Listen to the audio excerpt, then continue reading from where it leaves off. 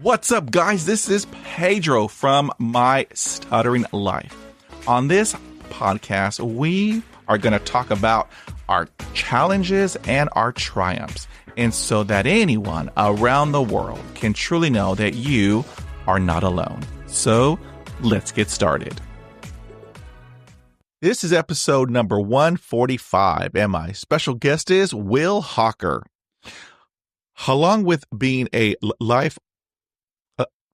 long person who stutters, Will is a speech therapist practicing in the school setting.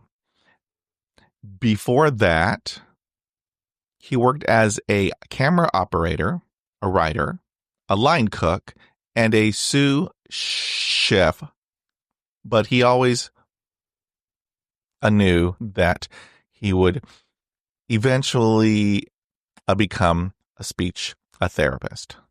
He has a history of covert stuttering and is on a lifelong mission to be more open and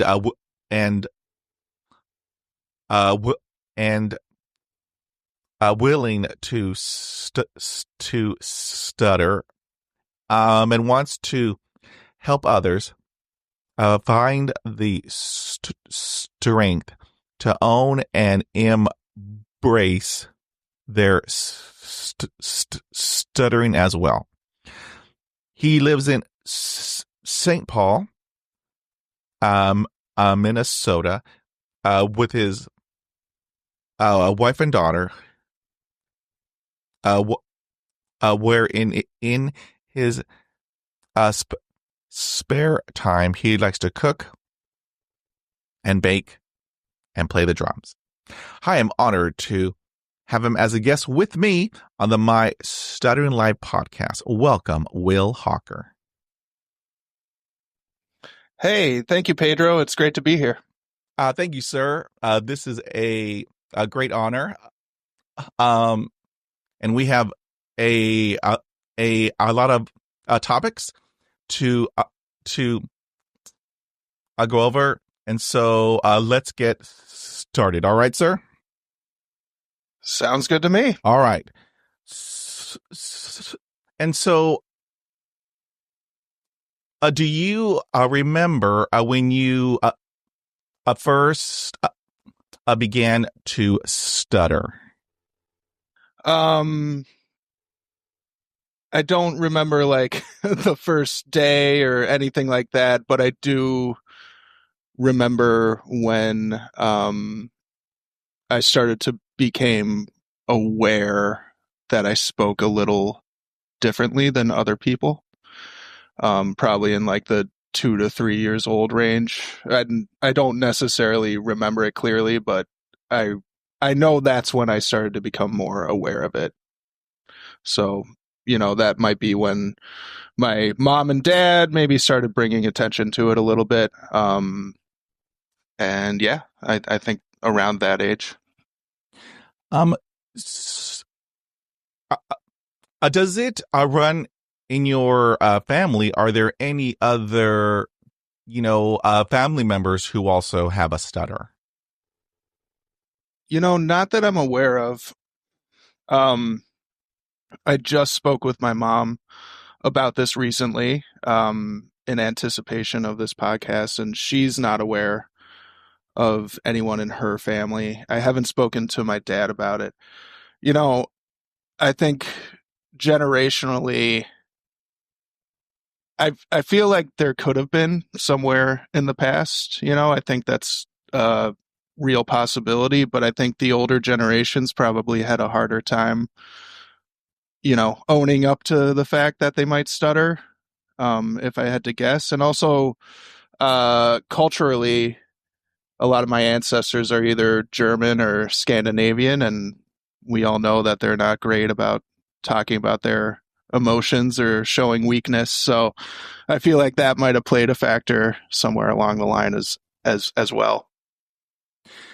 So, have you ever had speech a therapy in school? And if you did, was it helpful?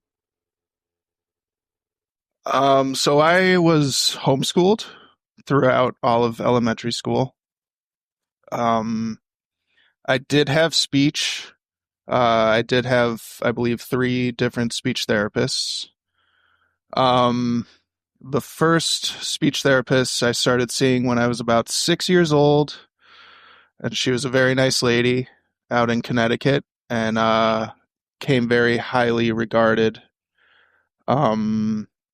So the thing about her is, and this is just kind of a story about how things have changed so much in the world of speech and how we think about stuttering and how we deal with stuttering is, she was a very highly regarded speech therapist.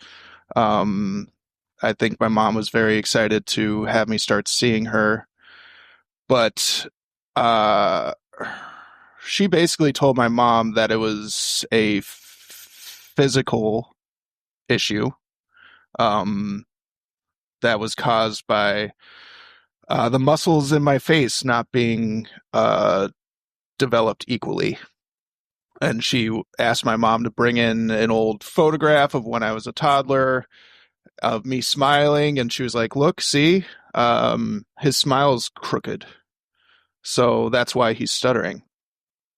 So in order to cure his stutter, he needs to start exercising his jaw muscles, and he needs to drink very thick McDonald's milkshakes from a wide straw while he watches TV. He needs to chew giant wads of gum, like 3 big pieces at a time, only on one side, that less developed side. And there might have been some other exercises, but that set me on a road, unbeknownst to me at the time, of I'll just call it confusion about stuttering and what a stutter is. So I don't hold any hard feelings against this very nice lady, nor do I hold hard feelings against my parents, but it's a confusing way to start off your journey as a person who stutters, to say the least. Now, when I was about 8 or 9, I started seeing another speech therapist. She was actually a disciple of the one I initially saw, and she was really great. And she just had a really warm, comforting tone, and she started working on tools to use, things that I could access from a tool bag. Because at that point I had started to block a little bit and I was having a harder time. And so things like breathing super deeply, using a pacing board to help smooth out my speech, taking my time, the thing that every person who stutters just loves to hear, but it is something that we do teach. And I'd say the tool that she gave me the most is just breathing from my stomach. And that was really helpful. And that's a tool that I still use today if I'm anticipating a block, which does happen fairly frequently. I will breathe, take a deep breath, and try to get through it, And then the third speech therapist I think I saw for like 2 sessions. I was a teenager. I was having a really hard time with my stutter, having a really hard time introducing myself to people and saying my name. I was blocking on my name, Will, quite a bit, even if other kids came up to me. And she was very aggressive, trying to desensitize me to my stutter, and I just wasn't ready for it. It was a little too aggressive, and she would have me, pick up the phone, call stores to ask for specific items, and it was like my own worst nightmare. So I get what she was trying to do, but it wasn't, I just wasn't there yet. Oh, wow, Will. You had quite the history with speech therapists.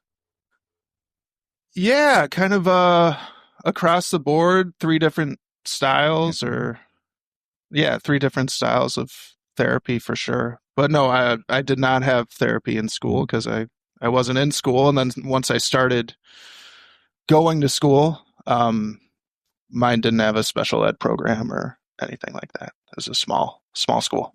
I had speech therapy starting in 1975. Okay. And I mean, I can still hear her. you know, she was, telling me, I'm going to help you talk like everybody else. I was like, okay. That feels great. Thank you for that. So I'm broken. I'm damaged, you know, and, and, I mean, the hard part, Will, is, back in the day, in schools, all they had, was a PA, a speaker. And so when I had to go to speech therapy over the PA, the entire school heard that Pedro Pena has to come to the office in the counselor's office for speech therapy. Oh, I said, "Oh, that's wonderful. Thank you. Can I have some more, please?"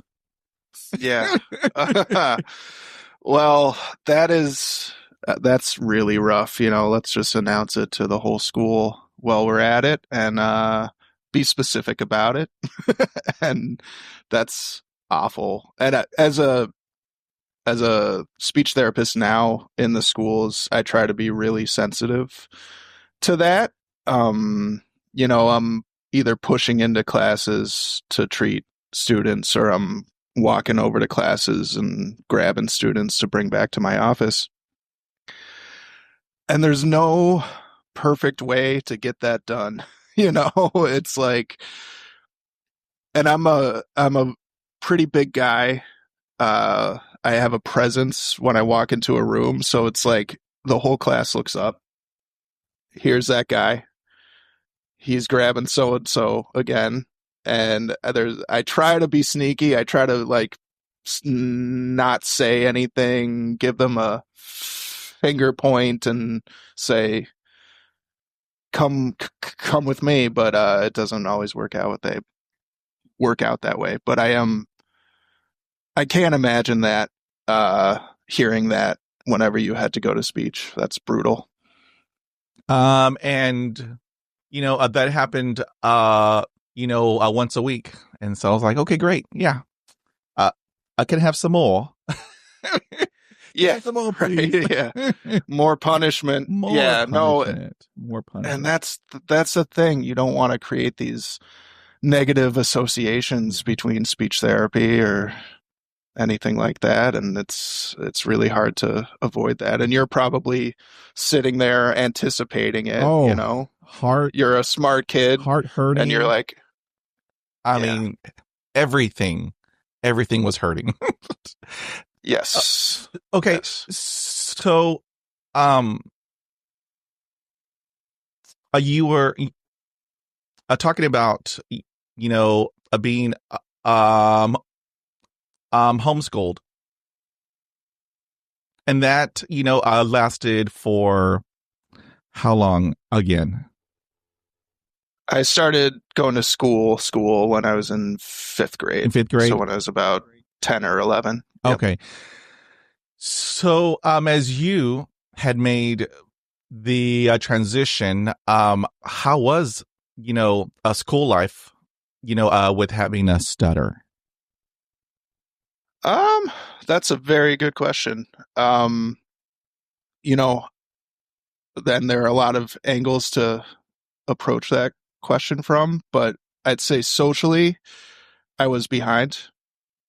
Not only was I a person who stuttered and still trying to clearly navigate what that meant and how it affected me. But, just it's not that I didn't have friends or people to hang out with when I was homeschooled, but there's a different type of social atmosphere in a school than there is just like having a play date or taking a small class with other homeschooled kids. There's kind of school vocabulary, there's new social structures, there's how do you behave in this situation and that situation. So quite frankly and quite honestly, that was a struggle for me. Probably compounded by the self-consciousness I felt, knowing that I spoke a little bit differently. And then academically, I was just a mess. I didn't know how to do long division. Still don't know my times tables. I just, figure it out in my head. So I kind of skipped over some key academics there. Yeah. A school, I mean, it's hard for everybody. However, if you have a stutter, it's a little bit, a more challenging. And so let me ask you this, because I see a trend. In school, did you ever join, a group or a club? Yeah, I'd say my saving grace in school was being on sports teams, and I was involved in athletics, baseball, basketball, and I had started those at a very young age, and I wasn't ever going to make the major leagues or anything, but I was successful at my tiny private school in Connecticut, like I had enough success there. So that helped me make friends, and it helped build my confidence, and to the point where when I was in high school, I was actually a fairly confident young man who, was fairly popular and did pretty well socially. Except when it came to presentations, public speaking, I was just a wreck for anything like that. And see, here is, why I had asked you that, because I have interviewed over 140 people, from all over the world who have a stutter, and half or more than half had joined a group in school, and that had huge, benefits to their self-esteem and their confidence. And so I was I'm in a group. I'm invited into the drama club. And so I thought, well, I can't, because I can't even say my name. But all these awesome drama kids had, told me, who cares? All of us are here to help you and support you. And I'm like, because I never had that, Will. In my entire life, I never had that. And once I heard that, I thought, oh, I think I'm home. I think I'm home. And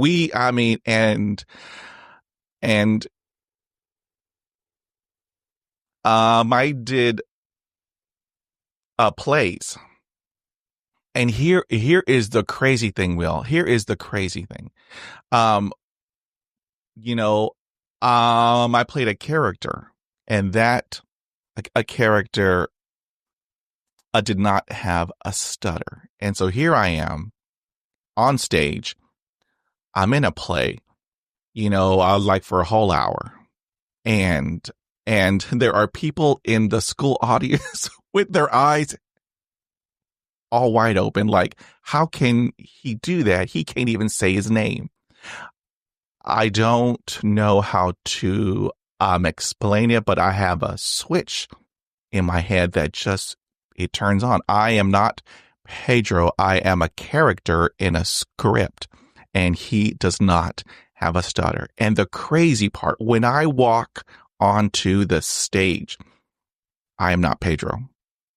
I am that specific a character. And the crazy part, Will, the crazy part, as I am walking down the steps of the stage, oh, there's Pedro. And what does a Pedro have? Oh, he has a stutter.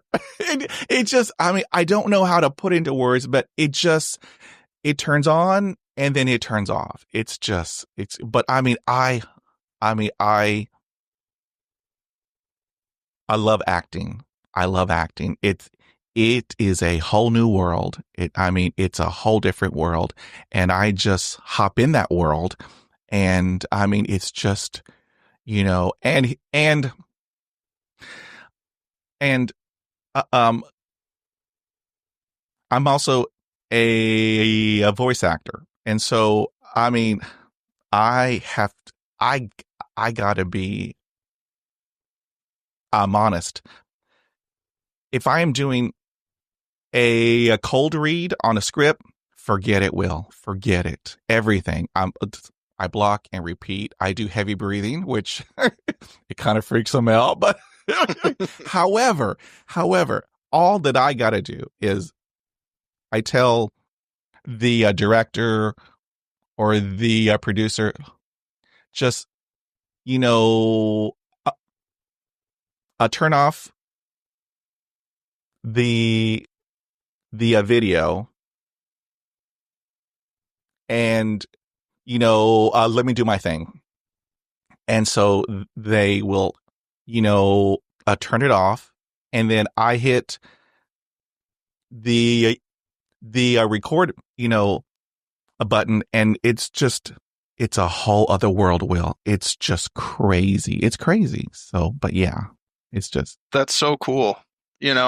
I think I kind of regret not getting into drama when I was younger. I wasn't, either I was afraid or I wasn't interested in it. It was probably fear. And so for you to take that step at such a young age, that's remarkable. And when you're talking about that switch that gets flipped, that unexplained switch, I think I can have that too. I kind of call it like my radio voice or my broadcasting voice. It's like I can flip that switch, and if I alter my voice a little bit and tell myself, okay, Will, you're more charismatic, you have a more theatrical voice, then I can be more fluent. Hey, my name's Will Hocker. How's it going? Just like, and I think that's that. I don't know. I haven't seen any stutters or studies or anything like that, but it wouldn't surprise me if that was a fairly common thing with people who stutter. A lot of people who stutter get into announcing or sports broadcasting. Bill Walton was a person who stuttered. And he spoke with a super, hi, I'm Bill Walton, like overdone, kind of theatrical, exaggerated voice. So I think that does help. And so, previously you were, talking about, a fear. And in school, we had to do,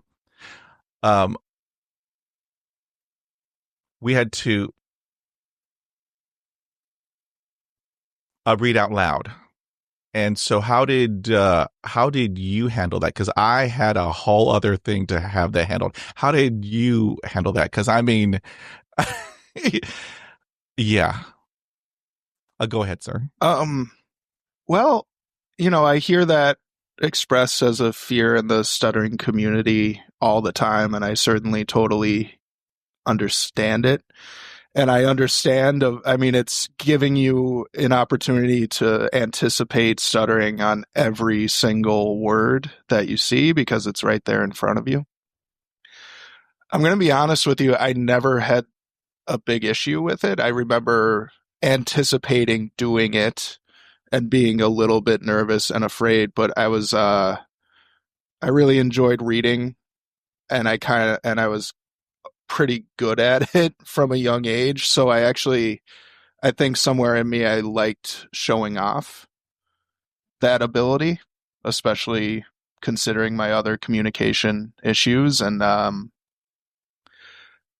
probably did use a little bit of that theatrical broadcasting voice we just spoke about. So I didn't have a huge issue with it, but I can certainly understand why somebody would. Um, I did it, one time, and that was it, Will. That was it. I mean, and so every time in which I had to do it, I raised my hand and would go hang out in the boys' restroom. And so I hung out there for 90% of my school career. I did it in college. I did it in the corporate world. I did it in the military. It's like, Yeah. Yeah. But I mean, you know what? It is what it is. It is what it is.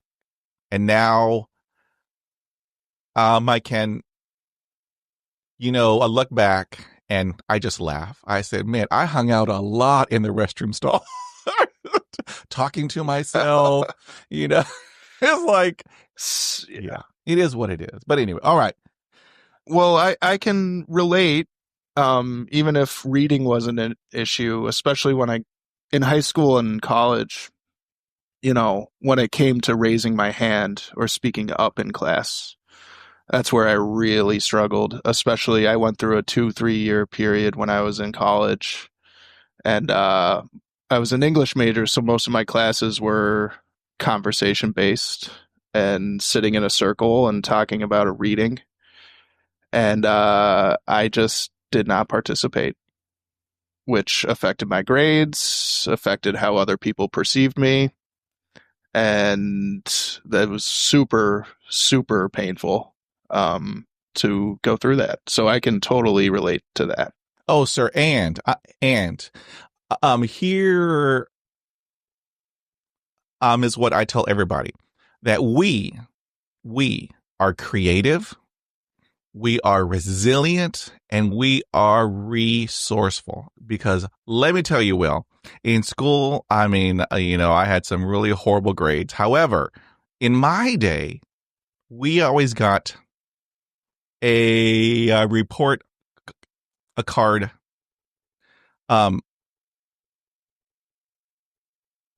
handwritten. So I learned, and I am not proud of this, Will. I'm not proud.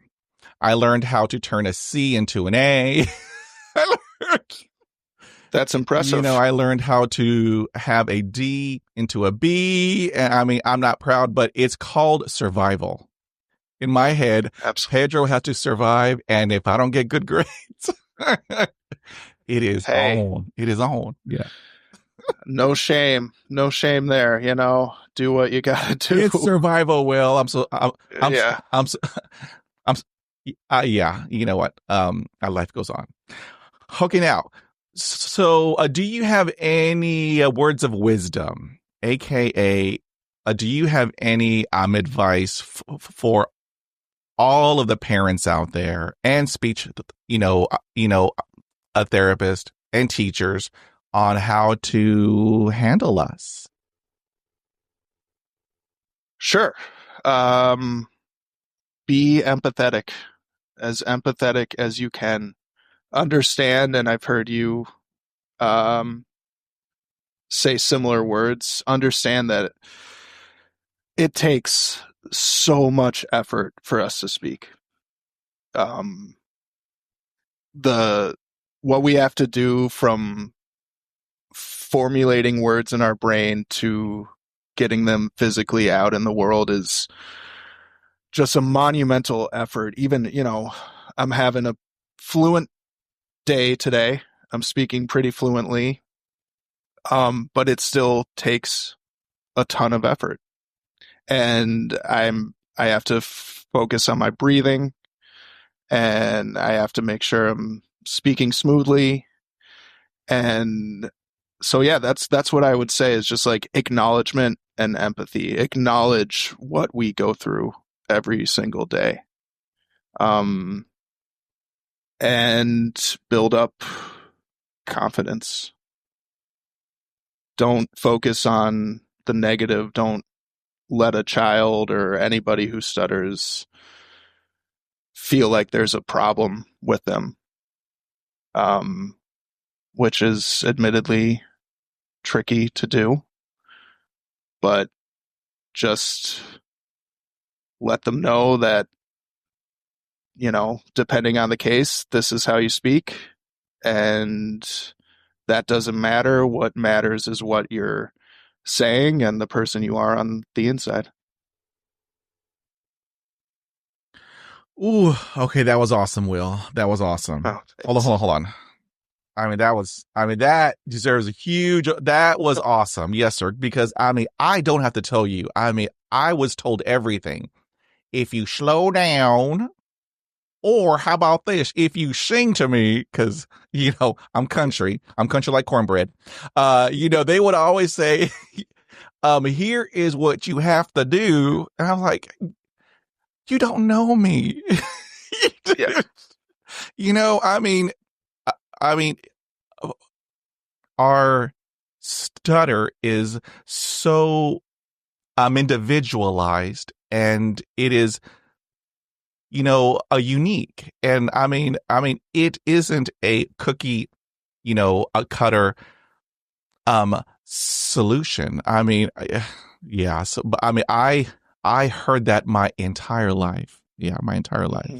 But and for the majority of my adult life, certainly my 20s and part of my teens, I was on a search and a journey trying to find a cure for stuttering, right? And once I got more educated and learned more about it, that journey kind of switched to, okay, how can I best explain to people what it's like to be a person who stutters? Because I think that's one of the hardest things we have to face is people don't understand it at all. It makes people uncomfortable. It makes me uncomfortable. It's not people, and to be easy on others, they don't have space in their brains for that, for understanding that. So how can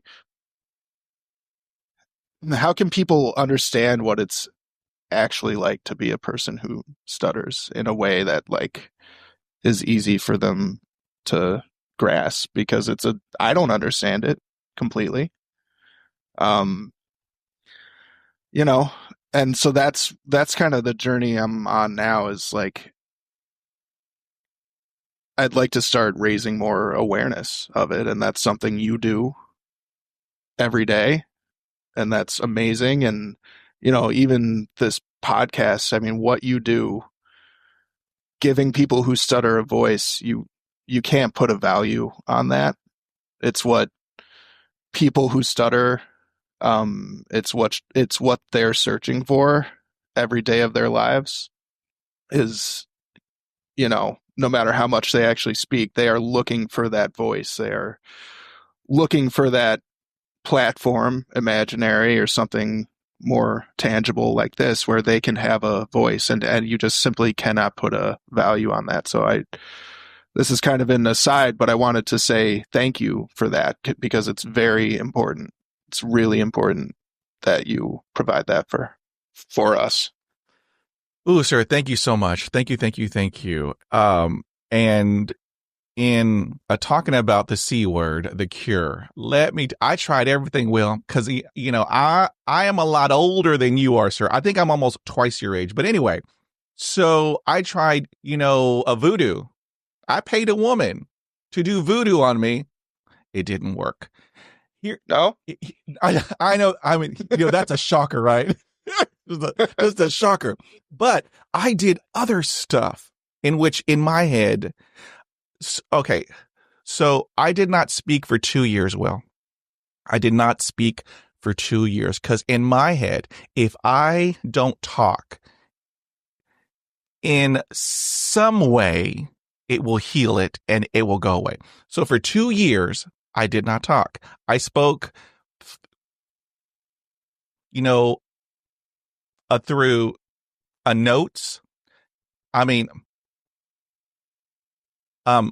handwritten on a piece of paper. And I halted it after I did it at a bank because, you never hand a written note to a bank teller because she might hit a button and call the police and it can be a whole ordeal. So I halted, it, you know, on that specific date and time. And there was a time where I whispered for 2 years. Because in my head, if I whisper, it will heal it.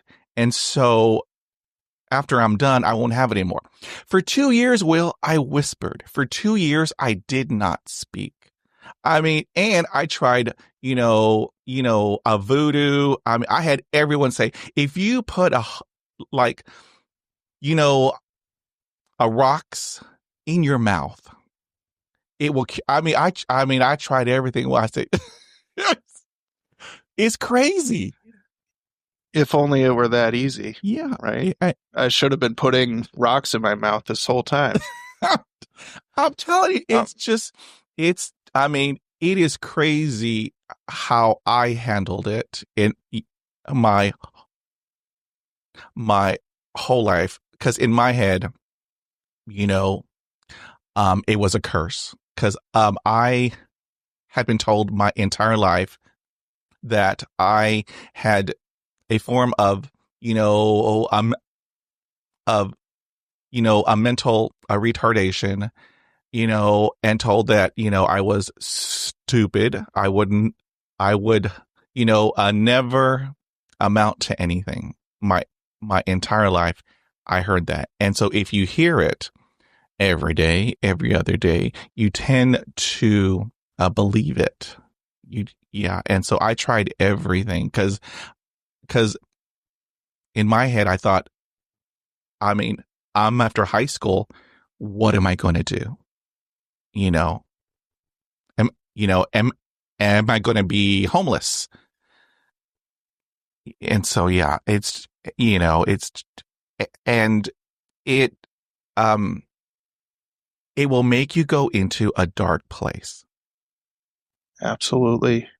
Absolutely. And that negative self-talk piece is very real. And you might hear some negativity from other people too. And in your case, it sounds like an extreme example of that. And that's horrible. And I'm sorry. I understand why people who stutter are in search of that cure, right? Stuttering is brutally painful and it's like a real hardship, and you just want anything. You just want anything to make that hardship go away. And I guess there are huge pitfalls with that, though, when you spend so much time and so much effort trying to make it go away, trying to find a cure. You can lose a piece of yourself. You told yourself things to stop stuttering. In college, I told myself, okay, I'm really sick of stuttering. I told myself I'm gonna speak less. I'm gonna basically change my personality. I'm gonna try to become that like strong, stoic, silent person. That'll be my thing. Instead of in high school, I was fairly gregarious and outgoing. And here I am, like, okay, how can I change myself to get rid of this stutter?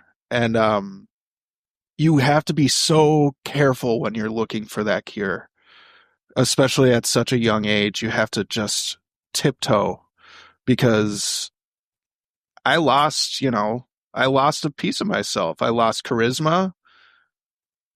I wasn't as charismatic. I didn't speak as much. I didn't share as much about myself. And who knows, that went on I'm still getting over that, of that losing a piece of myself. And, another reason why I'm grateful to be here on this podcast is like, okay, Will, idiot, share yourself with the world, like just do it. Enough of this strong, stoic, silent type stuff. That's not you. So that is a huge pitfall, is when you're in search for that cure, you can lose a piece of yourself pretty easily. Ooh, and Will, let me tell you, I lost a bunch of pieces, to myself, and I became a people, a pleaser, because I was, dying to have a friend. Anybody. And I mean, when I tell you I was a people pleaser, I would do anything. I washed, their, vehicles. I did their homework. I did their, a term, papers. In college, I did all of the work. If we had to do a presentation, I did all of the work. I told everybody, look, I will do all of this. All you'll have to do is you have to talk, for me. I did all the work, and they were like, heck yeah. But I had to do what I had to do because, I didn't have anybody. I didn't, because, no, a nobody had wanted to hang, around, with a kid who spit and sputtered and stuttered and blocked and repeated. So, yeah, and it's exhausting, Will. I don't have to tell you, it is exhausting. At the end of the day, you don't have any energy for anything else. And what I tell everybody, that we have to work 1,000 times harder than anybody else, on everything. And so, yeah. Yeah. Whew. And I can understand that. It's easier to say yes. It's easier to be agreeable than it is to be confrontational, in any social situation. So I can understand that completely. Oh, yes, sir. All right. I want to switch gears a little bit. And so I want to talk about, jobs. Had you ever experienced a discrimination, because of your stutter?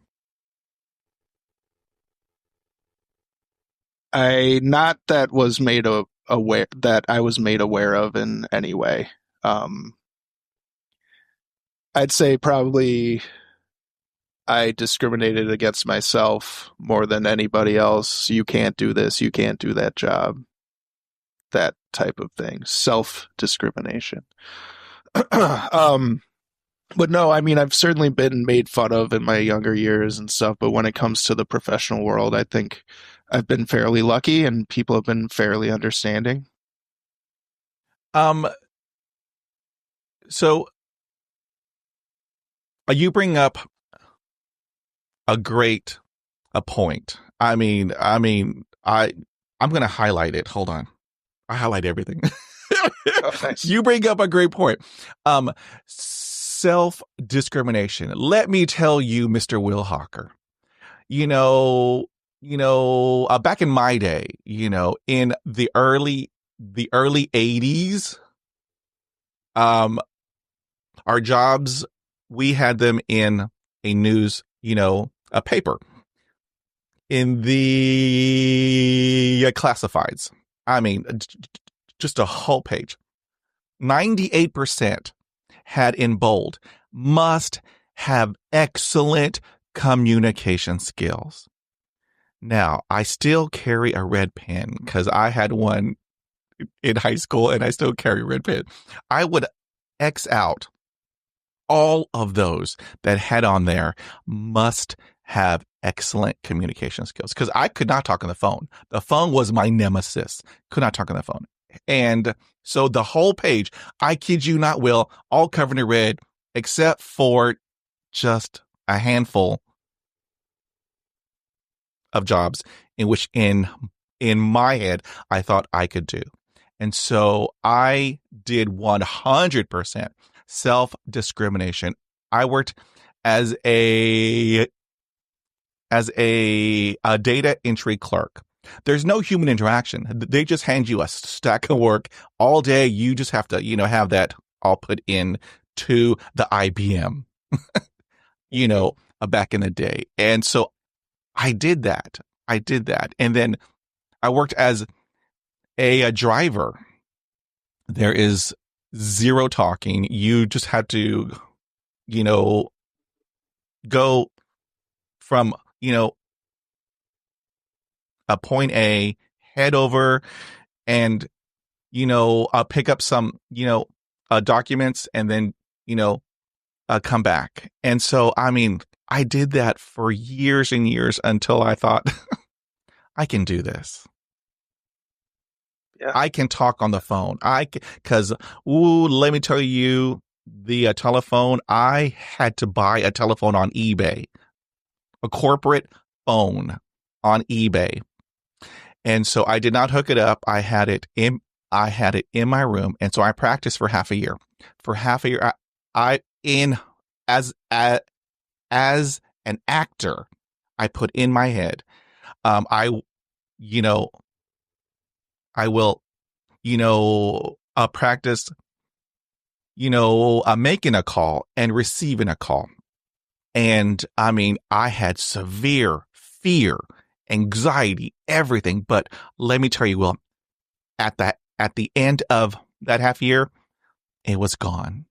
It was gone because I had practiced twice a day, every single day, and at the end of that half year, it had become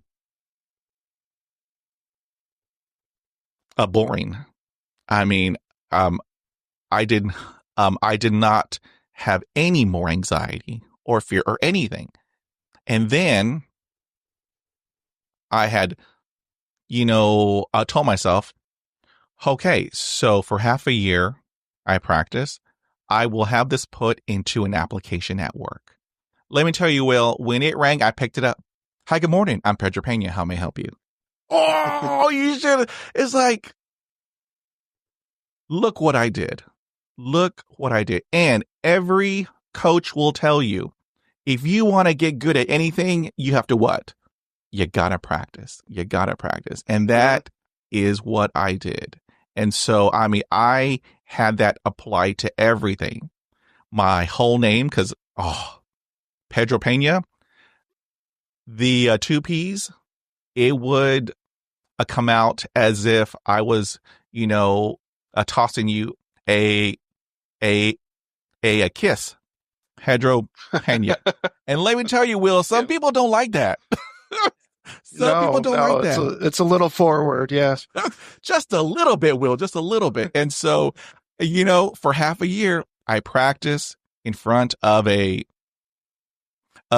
mirror for half a year, my whole name, in the morning, in the afternoon. And so, I mean, it's crazy. But I mean, you hit an awesome point.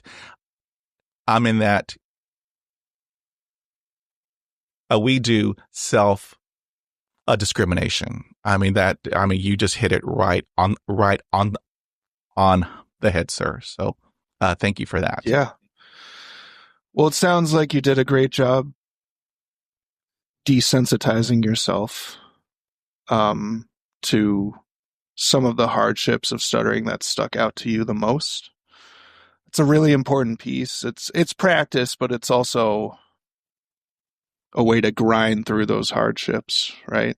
And I still work on that a little bit. I have a hard time saying D, B, hard G sounds, G. I don't really have a hard time saying them, but in my head, I have a hard time saying them. And so I still, that's what I'm working on now, is desensitizing myself to those sounds. And it's a really important piece of acceptance of stuttering, and it leads to fluency in a lot of cases. And it's hard work. It is hard work. Mm-hmm. Well, we got to do, Will. It's hard work, but it has helped me out. So, okay, now. And you, mm-hmm. Oh, yep. No, go. Well, no, you brought up the phone, and I'm mostly okay on the phone now. What I have a hard time with is Zoom. And I was going to bring up the pandemic and working in a professional setting, and every single meeting was over Zoom, sometimes in front of a large group of people. And I reverted back to being the strong, silent type on that one. That was rough. I did not enjoy that. I have to tell you, Will, because you know what? That is the next, a topic, because in COVID, everything had changed. I worked in a huge hospital, and now, I'm home. I have a headset. I have a cam, and it's like I will be doing everything from home. And so I thought, I can't do this, Will. I can't. How am I going, and if I am unable to, am I going to be fired? I got a mortgage. We have to eat. And I spiraled. Let me tell you, Will. However, as you know, we are creative, resilient, and resourceful. I tell that to everybody. So what I did, I called up a buddy. I said, look, I got to do everything on Zoom. So I have to practice. I got to practice. And so he was, I owe him a Porsche, a Range Rover, a house on the beach. I owe him everything because he helped me. We spent a whole day, and I practiced and I practiced and I practiced. And let me tell you, when I had to do it, because I would have, 20 people or 30 people. And so I have an awesome ice breaker. Hi, good morning. I'm Pedro Pena. I will be your trainer.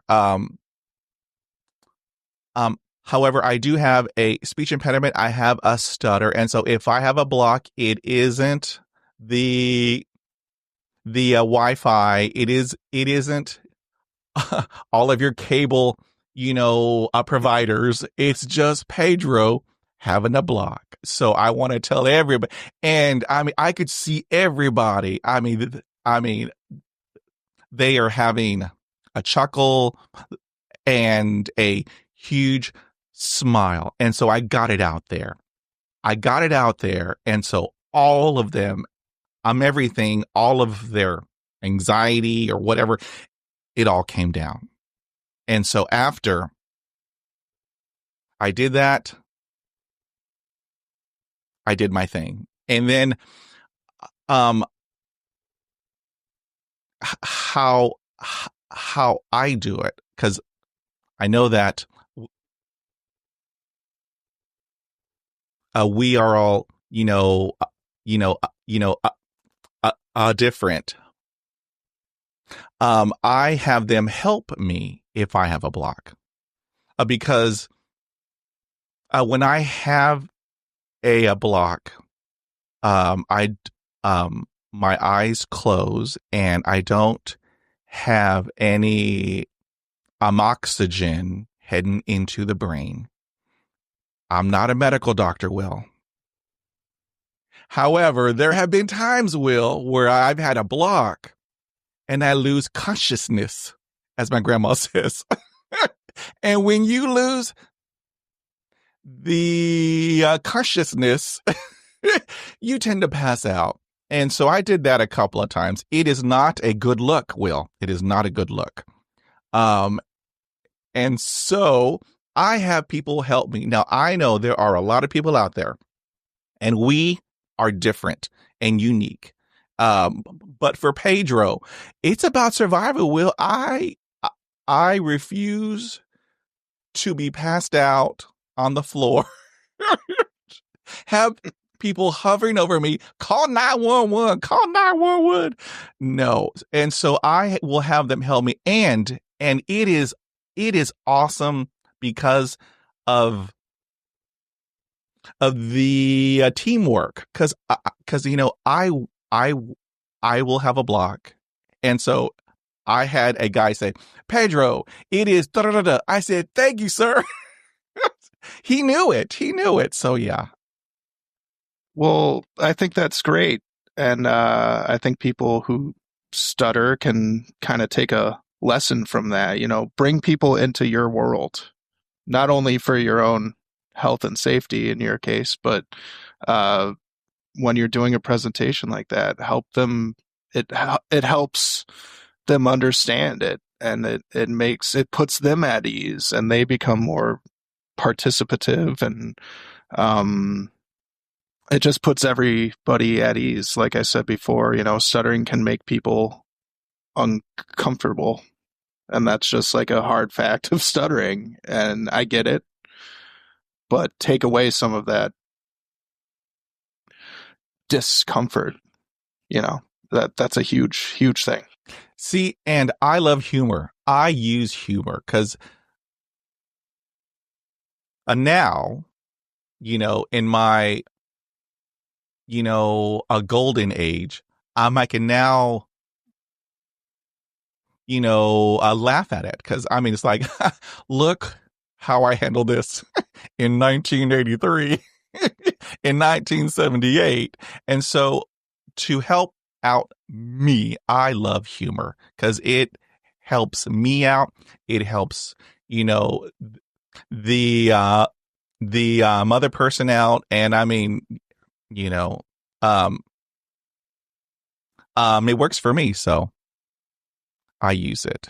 Yeah, absolutely. That's really important as well. And I'm not quite there yet. I'm a little bit envious of you because I know I need to be there, and I'm working my way towards being able to have that humor about my stutter, but I'm not quite there. So awesome. I got you, sir. Thank you so much. Okay, now I want to talk about some ADLs, activities of, a daily, a living. How do you handle, if you do this, how do you handle, going into a drive through, and how do you handle, I'm ordering at a restaurant? I'm curious. Used to be the most painful experience ever. I love food so much. I love going out to eat, and kind of the classic pitfalls I used to have, my mom order for me, or the most horrible nightmare is you really want something off a menu. You're anticipating a block or blocking on that sound, and you change it at the last minute. I've been through all of that, and it's no fun. You got to eat what you want to eat, Pedro. You can't you can't avoid your favorite foods. So, I'm mostly okay now with that. It pops up every once in a while and sneaks up on me and surprises me. And it just happened the other week. I was going over to a friend's house to play some music. I play the drums in a very laughably bad garage band. But we have a lot of fun, and sometimes he'll send me a text and be like, "Hey, we're gonna play tonight if you can make it over," and there's not a lot of warning. And so I hadn't eaten, and I was like, "All right, I'll just stop for a cheeseburger on my way there." And I don't eat a lot of fast food anymore, but a cheeseburger sounded good, and there's a place close to my house, and I went through the drive-thru, and whoa, I started to anticipate blocking on what I wanted. It was later at night. There were no cars behind me. There was no pressure. I couldn't even see the guy, and I changed what I wanted. And that hadn't happened to me in years and years and years. And I remember as I'm eating that food that wasn't exactly what I wanted later, I was like, oh yeah, this is what that's like. Okay, never again. But that was like 2 weeks ago. So yeah, those things that were pitfalls and hardships from my childhood and younger years, they still pop up every now and again, for sure. Let me tell you, Will, you know Pedro has been there. Pedro has been there, done and there hundreds, possibly thousands of times. And, what I tell everybody, it's our mantra. We are creative, we are resilient, and we are resourceful. So Pedro had a tape recorder, back in the day, a tape recorder. And so I went home, I practiced like every good coach will tell you. If you want to get good, if you want to get good at anything, you gotta practice. And so what I did was, I love hamburgers and Chinese food and fried chicken. And so I went home and I practiced for hours on each specific food order. And every time I would head into the specific, a place, I was super confident. Hung out that tape recorder on the window, push play. Pedro got it done. Man. It's crazy. I mean, what I had to do, to it's crazy. However, I had a day where I was super confident. I wanted a hamburger. I had the tape recorder. It was all ready. And so I hit it and I dropped it. And it fell. It came apart. And there were cars behind me. And so I could barely have my arm get it. And so when I got it, I put it in, I hit play, and it was to order a Chinese food. And so I just drove away, went home and made a sandwich.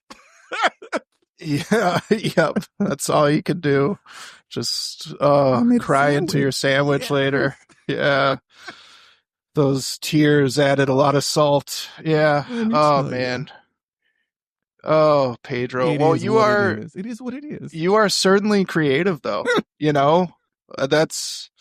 I never thought of doing anything like that. I mean, it's survival, Will. It's survival. Yeah. And we are creative, we are resilient, and resourceful. Yeah. Wow. Man. All right, sir. That's genius. All right. Honestly. So let's, move on and talk about secondaries. I know a lot of people have a lot of opinions. I have heard that it is called having a crutch, but in Pedro's world, I have a toolbox. I have a lot of tools in it. And if I need to, I can hop in there and get whatever I need to help me accomplish what I need to accomplish. And if it means having a British accent, you know what? I want to, apologize to everyone in England, because I do a horrible, cockneyed accent. And so I would do accents, and because Pedro has to eat. It's called survival. And so I do everything to help me get out of what I am in. And so I know a lot of people call it crutches, but what I call it is it is a tool which I have to use because I have to survive. So I want to talk about secondaries. Do you use anything to help you get out of a block, repetition, or anything speech related? Yeah, I mean, I make sure that I have the right amount of breath support before speaking, especially if I'm anticipating a block. I don't know if I'd call that a secondary behavior. Maybe if that deep breath I take is over exaggerated, you could maybe call that a secondary behavior. I think everybody's got to breathe when they talk, right? So, but as far as like, I guess I have more like negative secondary behaviors that might pop up, like in the middle of a block, and sometimes I will avoid eye contact with people. Yeah, I do have a hard time with eye contact. I'm getting a little better, but if I have a block, and I'm going to block on purpose for you just to kind of show you and whoever sees this is, I'm going to block on my name because that used to be a big hardship for me when I was in middle school. So I'm going to introduce myself. Hi, my name's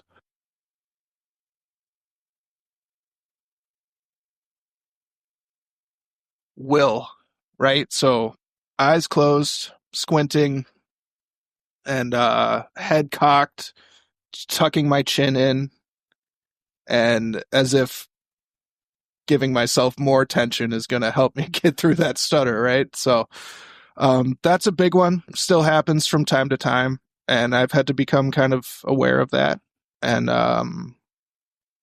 try to maintain eye contact is the big thing for me. So it's tricky. I think in the speech therapy world, I think there's some negativity surrounding secondary behaviors. I can see both sides. I think it really depends on the person stuttering. I think in your case, I totally get it. You need to do what you need to do to get through that block or get through that repetition, and especially when you're bringing humor into it, there's nothing wrong with that. It's, as you keep saying, it's about survival. For myself, who, I spent 15 years with the ultimate goal being as fluent as possible, I did work hard on those secondary behaviors, and I tried, to get rid of like gripping onto a surface or my chair as hard as I could, right? Or tapping my fingers. But even still, when I'm on a Zoom meeting or if I'm in an in-person meeting, like I gotta play with something with my hands. So this entire podcast, I'll probably end up breaking this little headphone adapter here, right? But so yeah, I've got them. They're less a part of my life than they used to be. See, and I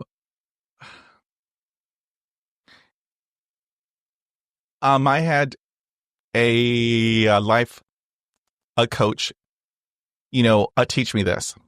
Okay, so I'll do it right here. So all that you do is you just hold, and then you press down and count to 3. A 1, 2, 3, and then 1, 2, 3, and then 1, 2, 3, 1, 2, 3, And so I do that, and it also helps. I don't know why, but in with the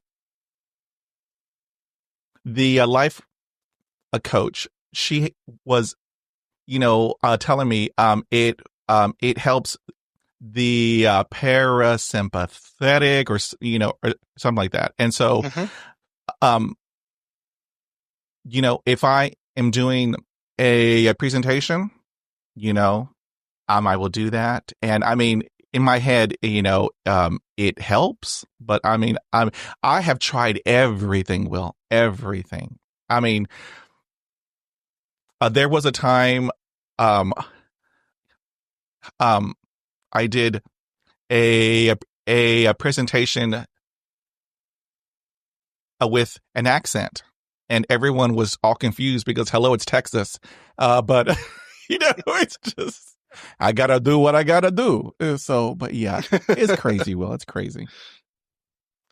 Yeah, that squeezing the fingertips thing. I wonder if the reasoning behind that is you're bringing the focus of tension somewhere else away from your mouth and your face. I could see that working. I'm actually going to try that. It's interesting. I'm stealing that one. Yeah.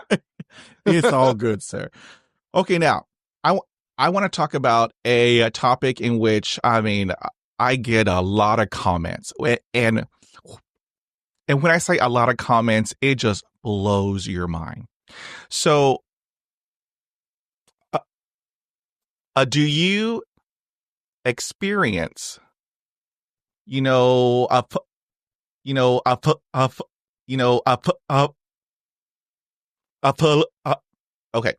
do you experience, phases in your speech of 100% fluency? Absolutely. And that's a piece I haven't quite figured out yet. I don't know if anybody has. I can wake up one day and feel like I'm the king of the world and like I'll never stutter again. And then, like with a lot of other aspects of stuttering, it'll sneak up on you and you'll be having a conversation with somebody, and then all of a sudden you'll block and you'll be like, oh yeah, that's right. It was too good to be true. I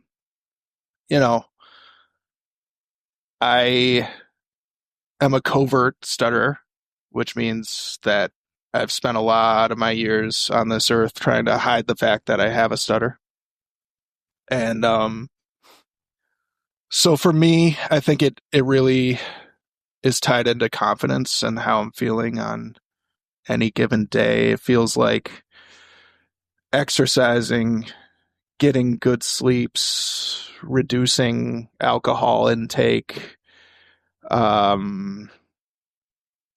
taking care of myself in numerous ways that seems to be pretty correlated to my level of confidence, and my stuttering seems to be fairly correlated to my level of confidence. So I think that's a big piece of it.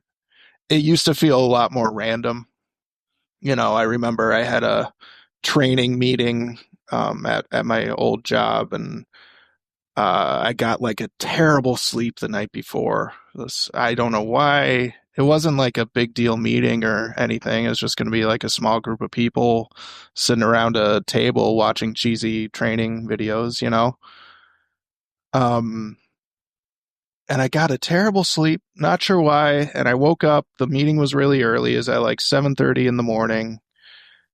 And I was like, oh God, I didn't get any sleep. I'm just going to be a wreck. And I don't know if it was like this lack of sleep, like kind of like relaxed, lucid state I was in, but I was like so fluent and so outgoing and like just had something to say for every little conversation that was had in that room that day. And I just, I was like impressing people, which isn't always the case.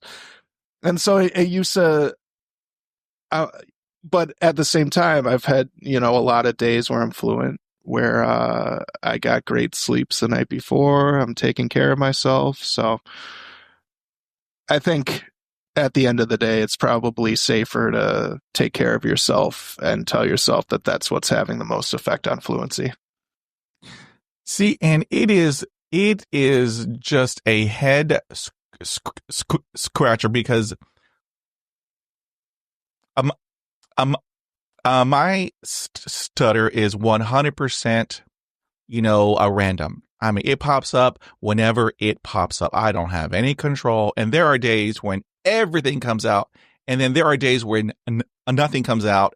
And I've had people tell me, Will, you are doing this just for attention. Ugh. So, oh my God. Okay. I got to breathe. All right. No. I don't know anybody who would do this for it because it is, HE double hockey sticks to have this. And, why would I be doing this? And so, we have to educate. We have to, raise, awareness, in that we need lots of research. Absolutely. And because back in my day, there was like hardly any research. And, and they told me that I don't talk like everybody else. And so I'm broken and I'm damaged, and that they have to help me to talk like everybody else. I mean, come on. Yep. That hits rough. That hits deep. And so, yeah. So, it just happens, whenever it happens. If I am, a confident, I still block. I still repeat. It's just, it's a head scratcher, but yeah. And we've talked about this a little bit. If you're okay sharing, I seem to remember you started stuttering a little bit later on in childhood. Is that the case? I started, at the age of, 5. I was, walking home from school, and a dog had, attacked me. He jumped on me, and so my head hit the concrete sidewalk, and so I could not speak, for a whole year after that. And then I've had 20 years of speech therapy, but here is the craziest. This is the craziest aspect of it. My mom, she had a stutter, but in her, a teenage, years, she had told herself, I'm done with this. And she stopped. I don't know how. And then her mom also had a stutter.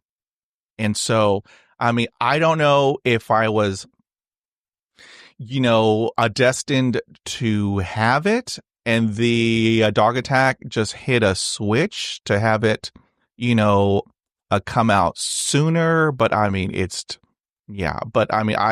had 20 years of speech therapy. I have also done hypnosis. And here's the crazy part about hypnosis. It was the one time in my entire life where my whole body was at rest. The entire body was at rest. Because I don't have to tell you, Will, everything in our body is tense. It is,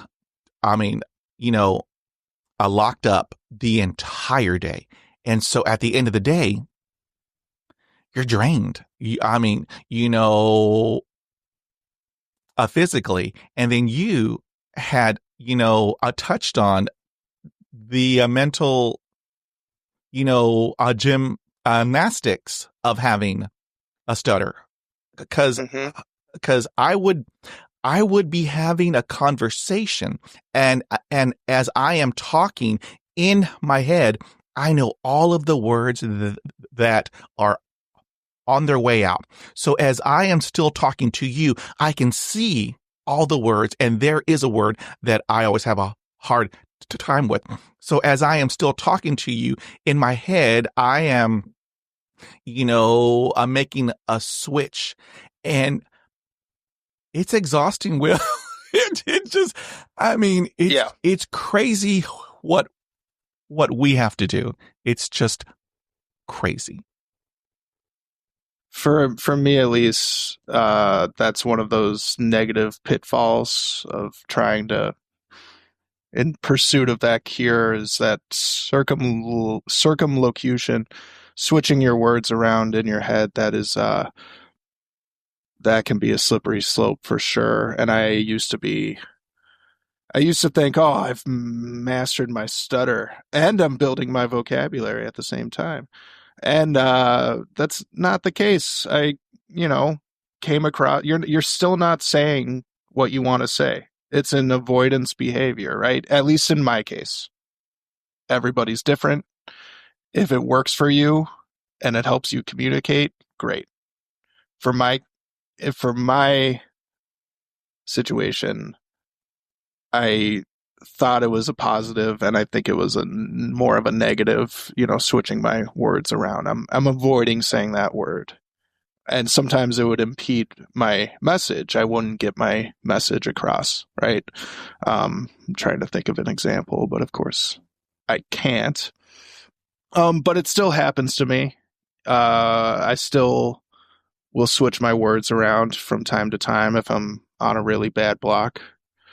But you're right, it takes so much effort to do that. Just thinking about people who don't stutter and what that would be like to just speak and speak and speak and never have to think about, okay, am I going to stutter on this word, that word, the next word? Did I stutter on that word 10 minutes ago? You have to leave space and who knows, a third of your brain for that kind of self-talk. It's exhausting. I wouldn't wish it on my worst enemy. I mean, and you hit it right on the head. I would not wish this on anybody. And talking about the negative self-talk, I had him in my head since I was in my early teens. And he would pop up like 100 times per day. You can't talk on the phone. You can't do this. You cannot order a pizza. However, at the age of 40, years and years after, I woke up and told myself, enough is enough. I have a stutter. It doesn't define who I am. It's just what I have. And Pedro is awesome. And I love Pedro.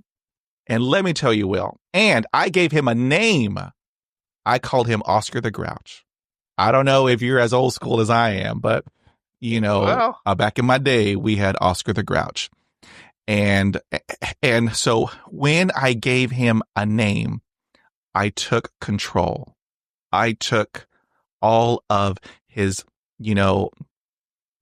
power. I took it all away from him. And when he would pop, I said, Oscar, shut up. But in my own colorful Texas twang language. And so I would shut him down. And then, I would do it. And then afterwards, look what I did. Pedro is #awesome. It is all good in Pedro's hood. Look what I did. Take that, Oscar. And I mean, because I know that we are all, different, but how I handled him is I shut him down, and I mean, it worked.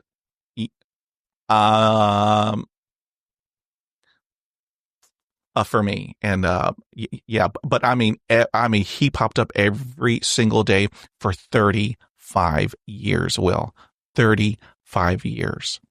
Yeah, absolutely. Yeah, I can definitely fall into this trap of negativity in my life, um, where there's a lot of negative self-talk. So that's actually pretty inspirational. You had brought up before, just to bring it back a little bit, about how your mom stuttered. And one day she said, I'm not going to do this anymore, right? And that's not the first time I've heard somebody say that. You know, when I was graduating college the first time around, we had our uh, commencement address speaker, and he talked about how he was, I believe, in the Navy, and he was a radio man in the Navy, and he was having a hard time with it because he was stuttering a lot. And he was trying to say this, you know, inspirational story. Um, and it ended up being, and then, you know what? One day I just woke up and I said to myself, I'm never going to stutter again. And then he never stuttered again. And I remember thinking at that time, well, it's not that easy. I don't really, I'm not sure if you're willing to share more about what your mom's experience was with that, but that's always kind of fascinated me. It's like, oh, so you can just tell yourself you're not going to stutter and then you don't stutter. That sounds amazing. See, back in the day, in the 19, 50s, you had to have a big, a family, you know, because everyone had to work on a farm, and and and my mom had picked cotton, and she picked a watermelon and onions, and da da da, and in her era, it had brought about shame, huge shame. And so in her mind, she had had enough of it. She had enough and said, I'm done. And it was gone. It's gone. And so, I call her, a Wonder Woman, because, it's like, it's like, it's a head scratcher. And so, I've had a lot of people tell me that it's all about the personality. I said, no, it's in the brain. It isn't psychological. It is, a neurological. It's in the brain. And and so, and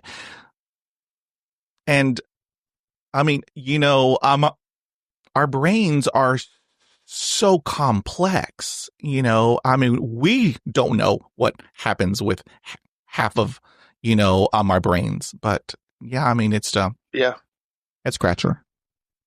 for sure. And it's, with stuttering being neurological and based in the brain, at least the initial cause of it is what people are thinking, right?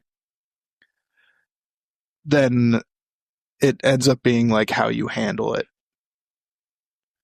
Whether that's a ton of positive self-talk, I am fluent, I am fluent, I am fluent. And I think it depends on the initial severity of it. Everybody's history of stuttering is slightly different. Yours is going to be a little bit different than from mine. I started with the more typical evolution of a ton of repetitions when I was a toddler, then slowly becoming more aware of my stuttering, realizing that I spoke differently than other kids, and that turning into blocks, that turning into not saying my name, that turning into being self-conscious, that turning into maybe being selectively mute. And that's like a more common kind of hierarchy progression of stuttering, and you'll kind of hear that. That's like a story that a lot of people who stutter will say happen to them, right? But with it being so neurological and the fact that there is no cure that we know of, it really ends up being, how do I handle this thing? And that's where you see a lot of people straying from the norm or handling it in a different way than somebody else might. And you bring a lot of humor to the table and you fully embrace your stuttering. I spent too much of my time trying to be fluent and trying to cure myself, So it's all about how you handle it, right? I mean, 100, %, because I did a YouTube, a video, years ago on the magic uphill. And out of all of my 200 videos, that one has the highest number of views. It's been years. It has it has like, tens of, thousands of views. And I mean, I still read all of the, comments, and they are all diverse. I mean, here, is, because I had on that video, we don't have a cure. All that we can do is, learn,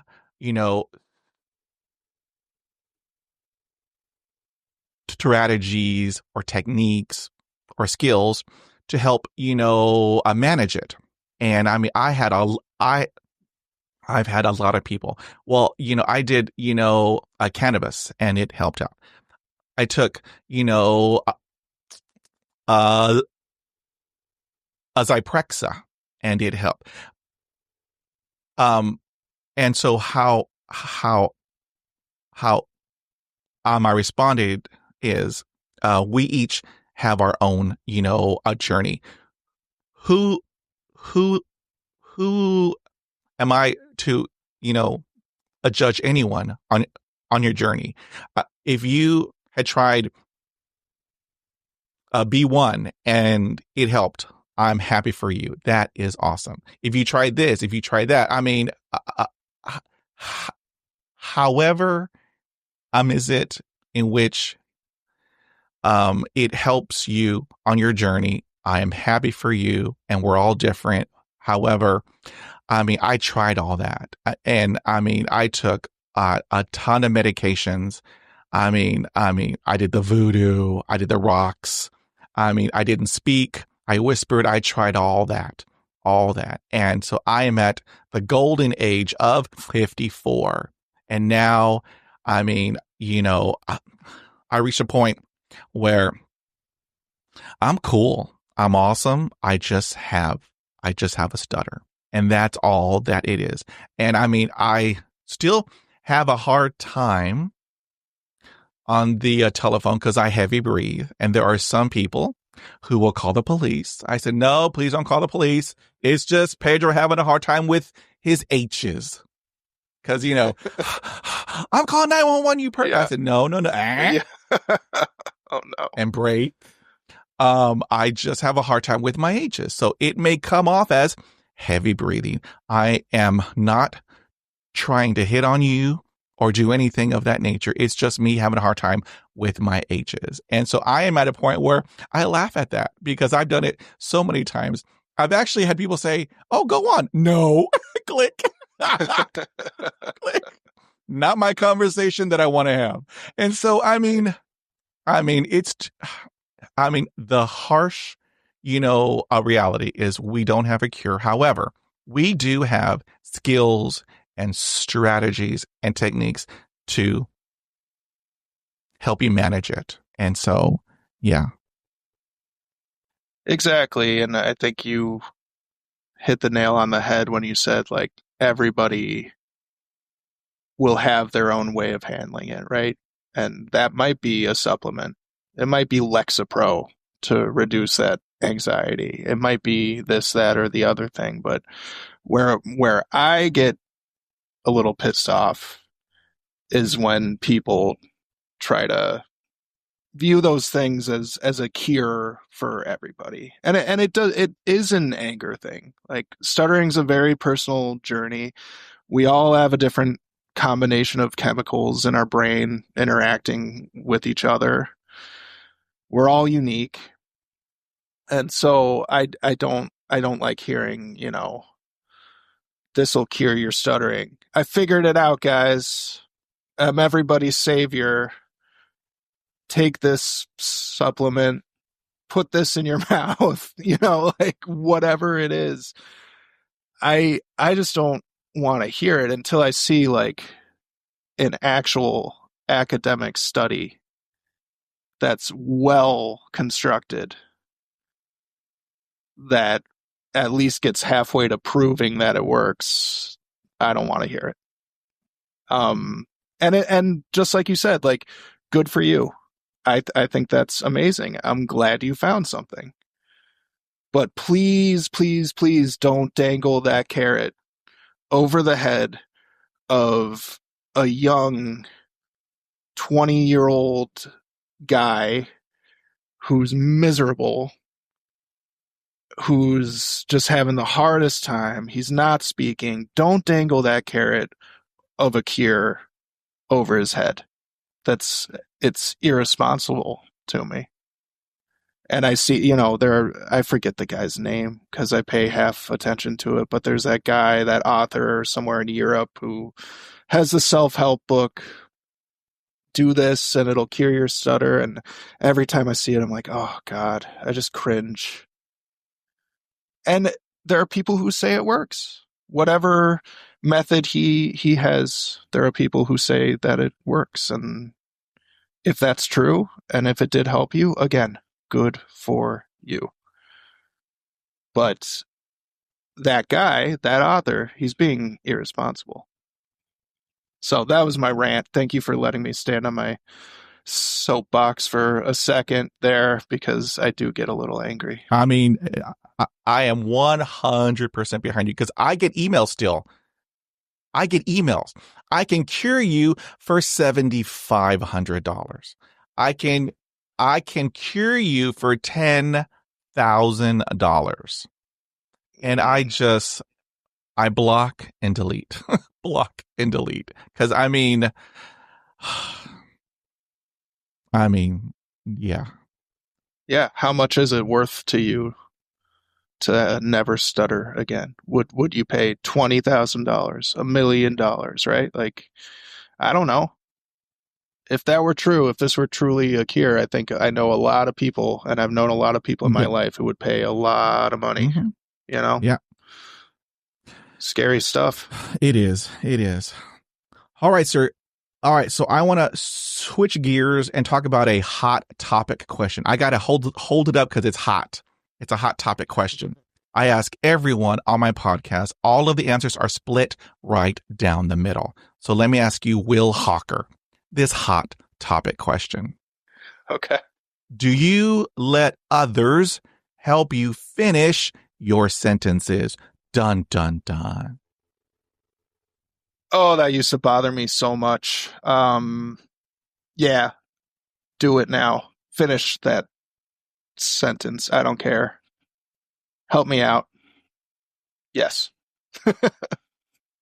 I mean, because I know a lot of people who are like, no, I will do this, and I mean, when I was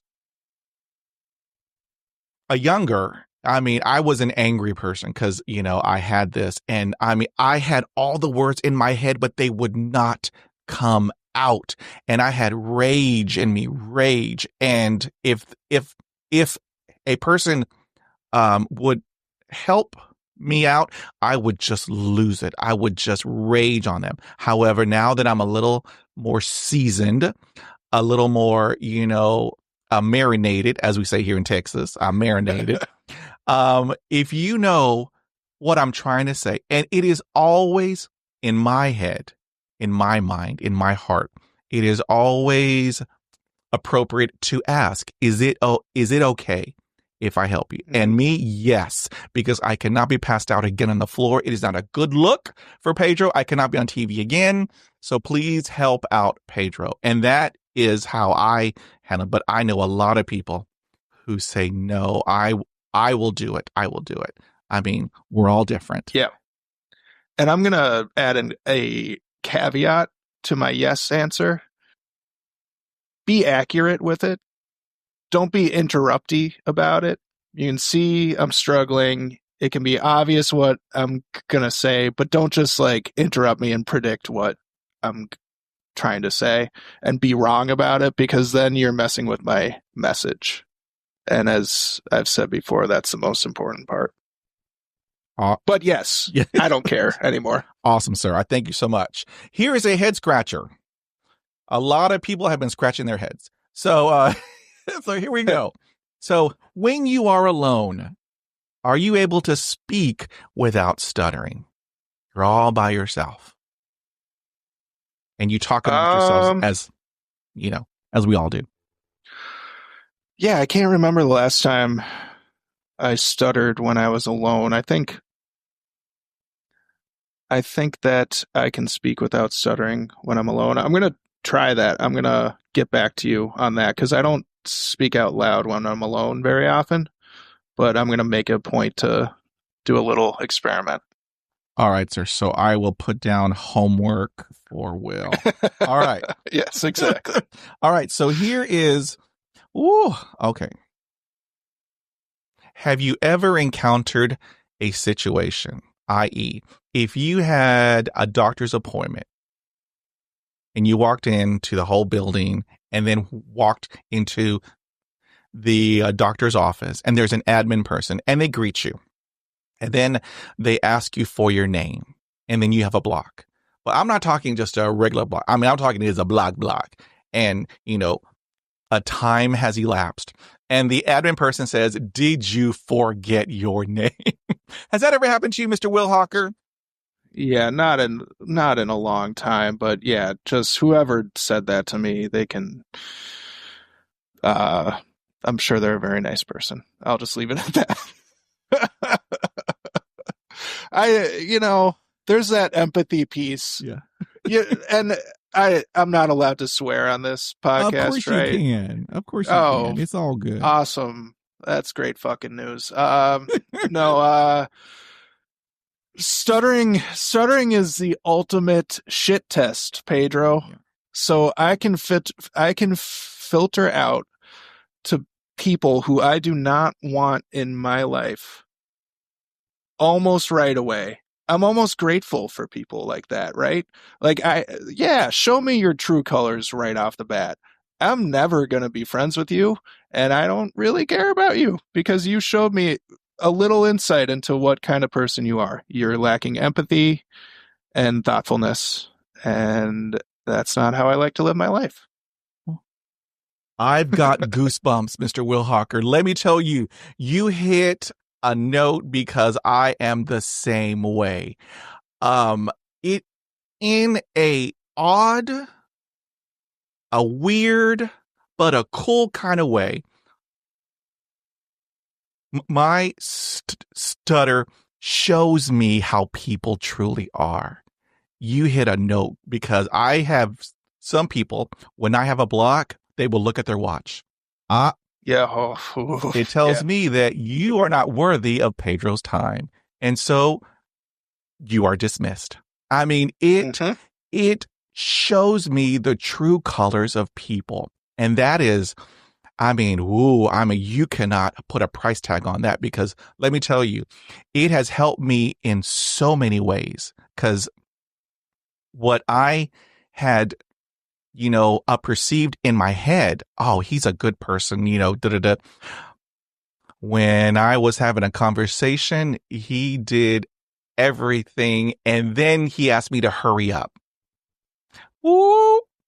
All right, so that tells Pedro, you are not worthy of my time. You are dismissed. You are I don't have space in my life for you. Yeah. No. You're not going to give me space to speak how I speak? Get out of here. Oh, awesome. Awesome. Oh, God. I still have the goosebumps, man. You are awesome, Mr. Will Hocker. You are hashtag thanks, awesome. Pedro. You too. Oh, hold on. You too, man. That is for Mr. Will Hocker. Come on now.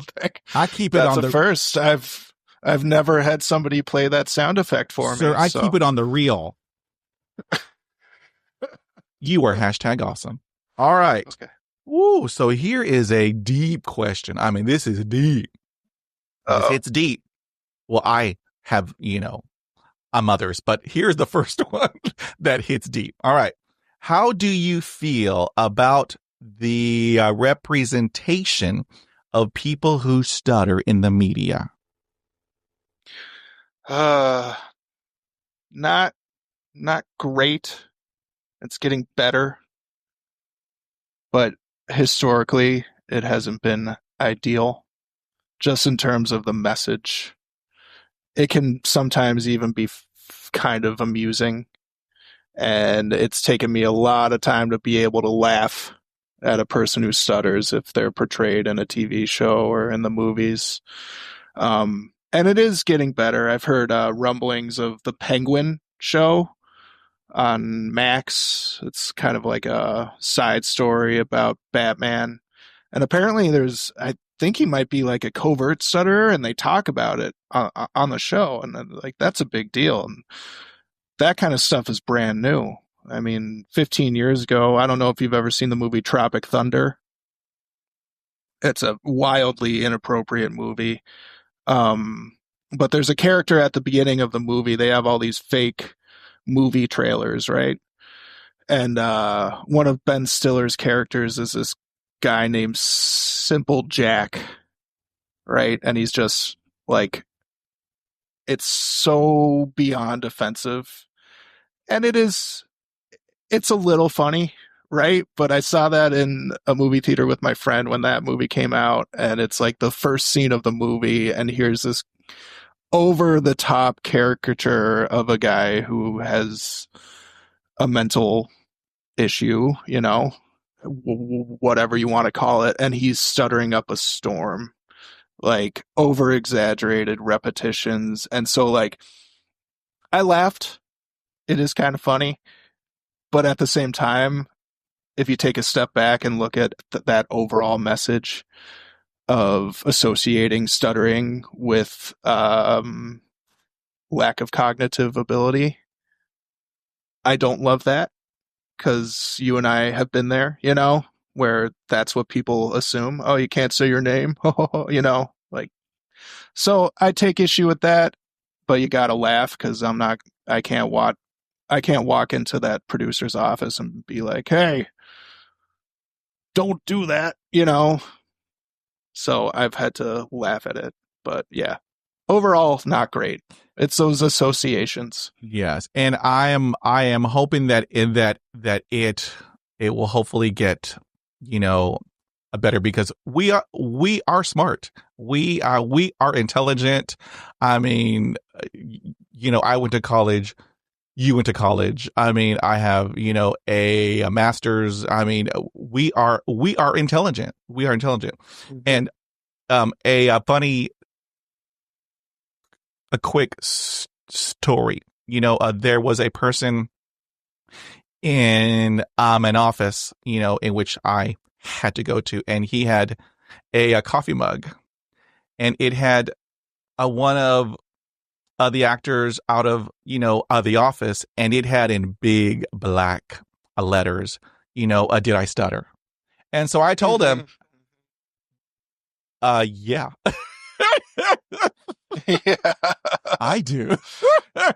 Yeah. And so, I just had to laugh, because, I know that, we don't like to hear that, but I am at a point where I'm just here to educate. Right. I am tired of being angry, because it takes a lot out of you. it takes a lot out of you. And so I'm not angry anymore. I just educate. I just educate. Yeah. Yeah. I think It's all about attitude. You know, I'll still hear people quote Adam Sandler. I think it's Billy Madison.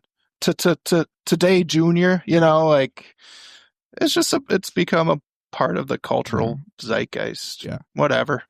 I mean, I think people with other hardships have to deal with the same thing. Oh God, yes. You might be, you know, missing an arm or something like that, and like you still got to find humor in it. So, all right, sir. So here is the other deep question I ask everybody on my podcast, and all of the answers are split right down the middle, and I respect everyone's answers. So here we go. Do you consider stuttering as a disability?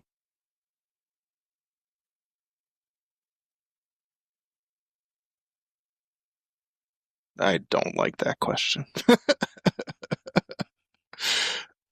I think it can be. I'm gonna be wishy-washy. I'm gonna ruin your split down the middle. I think it can be if it's severe enough and if it's impeding people from completing their activities of daily living. I think people who stutter should maybe have the opportunity to have that label if they think it's appropriate. So I guess if I had to choose one, I'd go yes. For me personally, when I think about my stuttering, I don't like to think of it that way because then that's a negative association for me. But I think there are definitely cases where that would be beneficial. All right, sir. I thank you for that. Okay, now let's talk about your, a career path, because I mean, you've had a bunch of jobs. Because Yes. I told everybody in the intro that you've had all these jobs. So, did you ever think that your stutter might have an adverse impact on your career path? Yeah, and I think it has. I think I didn't have the confidence when I was younger to be good at something. I didn't find that confidence deep within myself to be successful at something. I think that takes a large amount of charisma and the ability to be positive about yourself. And I didn't have that because I was deep in the throes of being a covert stutterer and insecure and lacking charisma. And that had a major effect on my careers because I would tell myself, well, I'm not even good at talking. So I tried a bunch of things. I probably could have been really successful at whatever I tried, but I didn't let myself get to that point. See, and I truly love that you are a therapist, because I don't have to explain, because it's hard to put into words how it is to have a block. But you, as in being a speech a therapist, I am so happy and proud because you know exactly what we go through. And so I think that is just awesome, sir. Just awesome. And I want to give you all the applause because, I mean, because in my humble opinion, we need,